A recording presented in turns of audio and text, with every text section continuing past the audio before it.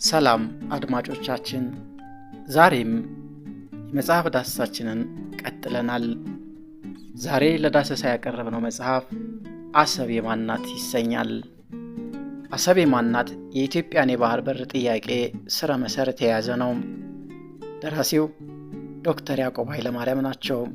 ዶክተር ያዕቆብ ኃይለማርያም የኢትዮጵያ ጉምቱ የፖለቲካ ሰው የታሪክም ሰው ናቸው።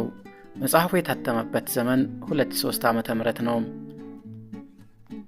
ካብሰለሰሉት ደም የሚያስነባ ደም የሚያስነባ ከንባነት ያለፈ ባሰቡት ቁጥር ሆድ የሚያቆስል አንጀት የሚያሳርር ይህ መጽሐፍ ተብሎ የሚነገር ተነግሮም የሚነበብ ተነቦም አሪፍ ነው ብቻ ተብሎ ወደ መደርደሪያ የሚመለስ አይደለም። መጽሐፉን ከትራስ ሐሳቡ ከልብ የማይጠፋ በተብሰልስሎት ማዕበል የሚከት የህሊና ንግር አንቆ የሚይዝ የግር እሳት የሚሆን እንጂ መጽሐፉ በ13 ምዕራፎች ተከፋፍሎ የቀረበ ሲሆን ከ200 በላይ የሚሆኑ ዋቢ ማጣቀሻዎችን ማለትም መጽሐፍትን፣ የጥናታዊ ጽሑፍ ሰነዶችን፣ ዓለም አቀፍ አህጉር አቀፍና አገር አቀፍ ግጋትን፣ ቃለ መጠይቆችን፣ ታሪካዊና ህጋዊ ሰነዶችን ሁሉ በመመርመርና በመፈተሽ የተዘጋጀ ነው። ሰው ምን ይጸና የሚያስብል ጸሐፊውን ማለቴ ነው።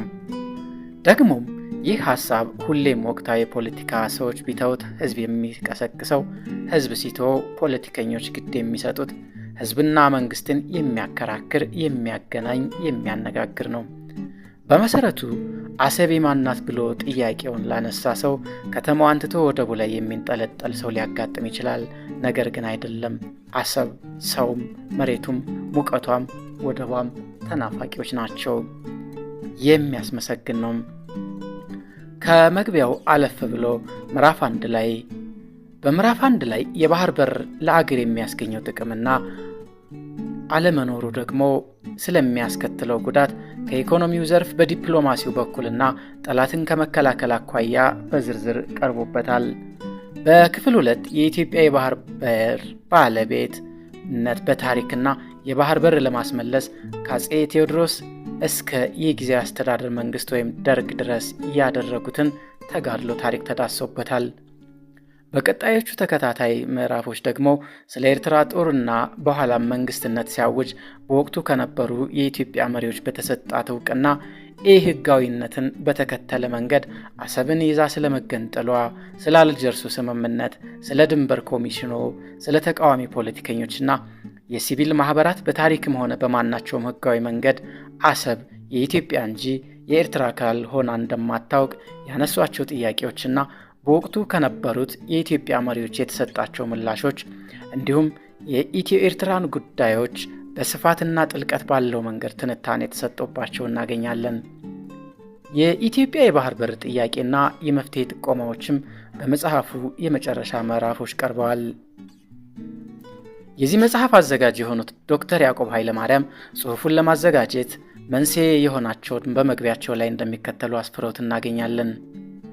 የዚህ ጽሑፍ ዋና ዓላማ ታሪክን፣ ዓለም አቀፍ ሕግን፣ የቀይ ባህር አፋሮችን አንድነትና መብት ከግንዛቤ አግብቶ የአሰብ ወደብ ህጋዊ ባለቤት ኤርትራዊስ ኢትዮጵያ ነች ለሚለው ጥያቄ ለሚያነሱ ምላሽ ለመስጠት መሞከር ሲሆን ለዛሬውም ሆነ ለነገው ትውልዶች አንዳንድ ግብዓት ለመስጠትና የአሰብ ጉዳይ እንዳሁኑ በኢትዮጵያውያን አእምሮ እየተንቀለቀለ እንዲኖር ምላሽ እስኪያገኝ ድረስ ከዋናው ብሔራዊ አጀንዳነት እንዳይወርድ ለማድረግ ነው ይላል ገጽ 6-7 ባለው። በመጽሐፉ የመጀመሪያ ምዕራፍ ወደብ ለአንድ ሀገር ኢኮኖሚ እድገት መሰረታዊ መሆኑን፣ በዚህም የኢትዮጵያ የባህር በር የሌላት በመሆኑ ከድህነት ለመውጣት አንዱና ትልቁ ምክንያት መሆኑን ሲገልጹ፣ ከፍተኛ የገቢ ምንጭ ለነበረው የወደብ አገልግሎት ዛሬ ሀገሪቱ በቀን ከ3 ሚሊዮን ዶላር በላይ ለጅቡቲ ትከፍላለች። ይህ ለወደብ የሚከፈለው በጣም ከፍተኛ ገንዘብ ውሃ እንደበላው የሚቆጠር ነው። ይህ ማለት ድህነትን ለመቅረፍ ሊረዱ ይችሉ የነበሩ በየዓመቱ 20ና 30 ፋብሪካዎች ሊገነባ የሚችል ወይም መጠነ ሰፊ ለሆነ መሰረተ ልማት ግንባታ ሊውል ይችል የነበረ ገንዘብ በህወሓት መሪዎች የዲፕሎማሲና በሌሎች ድክመቶች ምክንያት ኢትዮጵያ ይህን ሁሉ ገንዘብ ለጅቡቲ ትገብራለች በማለት ነው። በቀን 3 ሚሊዮን ዶላር የተባለው ዘመኑ 2003 ዓመተ ምህረት እንደነበረ ልብ ይሏል። አሁንስ የባህር በር አለህ ማለት ገበያ መላው ዓለም ሲሆን ከሌለህ ግን ገበያ በአብዛኛው የጎረቤት ሀገር ይሆናል። ይህ ብቻ ሳይሆን ወደብ አልባ ሀገሮች የጎረቤቶቻቸው እስረኞች እንደሆኑ ኢትዮጵያን ጨምሮ ዓለም አቀፍ የኢኮኖሚ ኤክስፐርቶች በጥናታቸው ያረጋገጡት እውነታ ነው። ስለሆነም አገራት ወደብ አልባ ላለመሆን የቻሉትን ሁሉ ያደርጋሉ። ይህን ጉዳይ ደራሲው እንደሚከተለው አብራርተውት እናገኛለን። ለአንድ ሀገር ልማት አስፈላጊ ከሆኑ ግብዓቶች አንዱ ከውጭ ወደ ሀገር የሚገባውና በስራ ላይ የሚውለው ገንዘብ ወይም ፎሬን ኢንቨስትመንት ነው።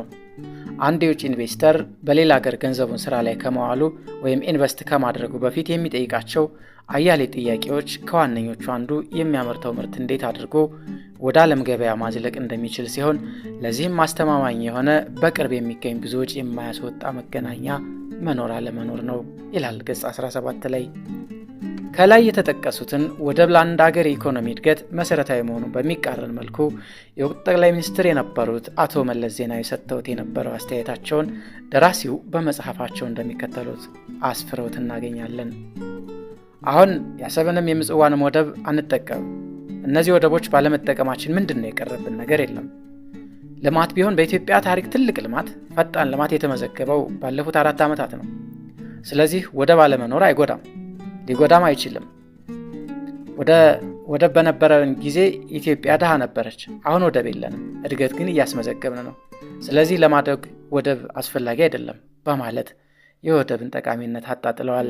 ገጽ 16 ላይ ደራሲው የወደብ ጉዳይ ከኢኮኖሚ ጠቀሜታ አንጻር ሲተነተን የአሰብ ወደብ ከፍተኛ የቱሪስት መስህብ እንደነበረ፣ ኢትዮጵያ ወደብ ቢኖራት ምግብንና አልባሳትን የመሳሰሉ መሰረታዊ ሸቀጦችን ከቀረጥ ነፃ ወይንም አነስተኛ ቀረጥ ተከፍሎባቸው ቢገቡ በየጊዜው ለሚከሰት የኑሮ ውድነት ማስተንፈሻ እንደሚሆን፣ በአጠቃላይ አሰብ ከእያንዳንዱ ኢትዮጵያዊ የቀን ተቀን ኑሮ ጋር ቁርኝት ያለው እንደነበር በማስታወስና በማሳሰብ ነው። ከዚህ ላይ በሆነ ምክንያት ጅቡቲ ከኢትዮጵያ ጋር የሚያገናኛት መንገድ ቢዘጋና ወደቡ ለጥቂት ቀናት እንኳን ለኢትዮጵያ ዝግ ቢሆን የሚያስከትለውን ጉዳት ሲታሰብ የሚያስደነግጥ እንደሆነ ልብ ይሏል። ደራሲው የአሰብን ጉዳይ በዲፕሎማሲው በኩል ሲተነትን ኢትዮጵያ በህዝብ ብዛት ከአፍሪካ ሁለተኛ ደረጃን የምትይዝ በመሆኗ የአፍሪካ ህብረት ዋና ጽሕፈት ቤት፣ የተባበሩት መንግስታት የአፍሪካ ኢኮኖሚ ኮሚሽን እና ሌሎችም ዓለም አቀፍ ድርጅቶች አዲስ አበባ ቤታቸውና መቀመጫቸው ያደረጉ በመሆኑ በዓለም ሆነ በአፍሪካ የተባ የዲፕሎማሲ ጫና ልናደርግ የምትችል የምትደመጥ ሀገር መሆን የሚገባት እንደሆነ በሀገራዊ የመቆጨትና የመቆርቆር ስሜት ያነሳሉ። ለዚህ የሚከተለው እንደ ምክንያት አስቀምጠዋል። የዓለም 70% የንግድ እንቅስቃሴዎች የሚተላለፉበት እጅግ ስትራቴጂክ ከሆነው ከቀይ ባህር አካባቢ በመገለሏ በአካባቢው ተሰሚነትና ክብር ከባህር በሮቿ ጋር ሄደዋል። ለዚህ ማስረጃ የሚሆነው አሜሪካኖችና ምዕራባውያን ሽብርተኞችን ለመዋጋት ኃይላቸውን ያደራጁት ጅቡቲ ውስጥ ሲሆን ጅቡቲ ለዚህ ግልጋሎቷ ብዙ ጥቅሞችን ታገኛለች። የባህር በር ከኢኮኖሚያዊ ጠቀሜታ ይልቅ የሀገርን ደህንነት፣ ነፃነትና ሉዓላዊነት ከማረጋገጥ አንጻር የሚኖረው ሚና የላቀ መሆኑን ኢትዮጵያም ብሔራዊ ደህንነቷን ለማረጋገጥ እንደሚያስፈልጋት እንደ ማስጠንቀቂያና ማሳሰቢያ ሐሳባቸውን ገልጸው እናገኛለን። ኢትዮጵያ የባህር በር ኑሮ ካልተቋቋመችው በስተቀር የታሪክ ጠላቶቿ በባህር በር በኩል ገብተው ነው የሚያንቋት። እንደ ጥንቱ ግብጽ በአባይ ላይ ባላት ጥቅም ምክንያት ኢትዮጵያ አባይ ለልማቷ እንዳታውል ግብጽ ኢትዮጵያን ማተራመሷን ትቀጥላለች። ኤርትራና ሶማሌ ቀይ ባህርንና ህንድ ውቅያኖስን ሲቆጣጠሩ ኢትዮጵያን ለማነቅ እድሉ ይኖራቸዋል። በተጨማሪም ኢትዮጵያ አገልግሎቶቿን ሸቀጥ ታስገባበት የነበረው ወደብ ኢትዮጵያን ለመሰልል ተግባር ይውላል። የወቅቱ መሪዎች ኢትዮጵያን ያለ ወደብ ቀረች ብለን የምንቆጭበትና የምናዝንበት ምክንያት የለም። ተቃዋሚዎቹ የሚያነሱት የአሰብ ይገባኛል ጥያቄ ኢህአዴግ አያምንበትም። አሰብን ካልያዝን የሚሉ ዘውዳዊ ትምክተኞች ናቸው። አሰብ ኢትዮጵያ ካልተጠቀመችበት የግመል መፈንጫ ይሆናል ይላል ደራሲው በገጽ 189 ላይ በአንድ ወቅት የተነሳውን የአቶ መለስ ዜናዊን አሰብ የኢትዮጵያ ካልተጠቀመችበት የግመል መፈንጫ ይሆናል የሚል አቋም ተከትሎ የአካባቢው ስትራቴጂክና ጂኦፖለቲካዊ ፋይዳ የተረዱ ኢትዮጵያን የአቶ መለስን ሐሳብ ተቃውመው አሰብ ለኢትዮጵያ በጎ በማይመኙ ኃይሎች ትወድቃለች በማለት አስጠንቅቀው ነበር።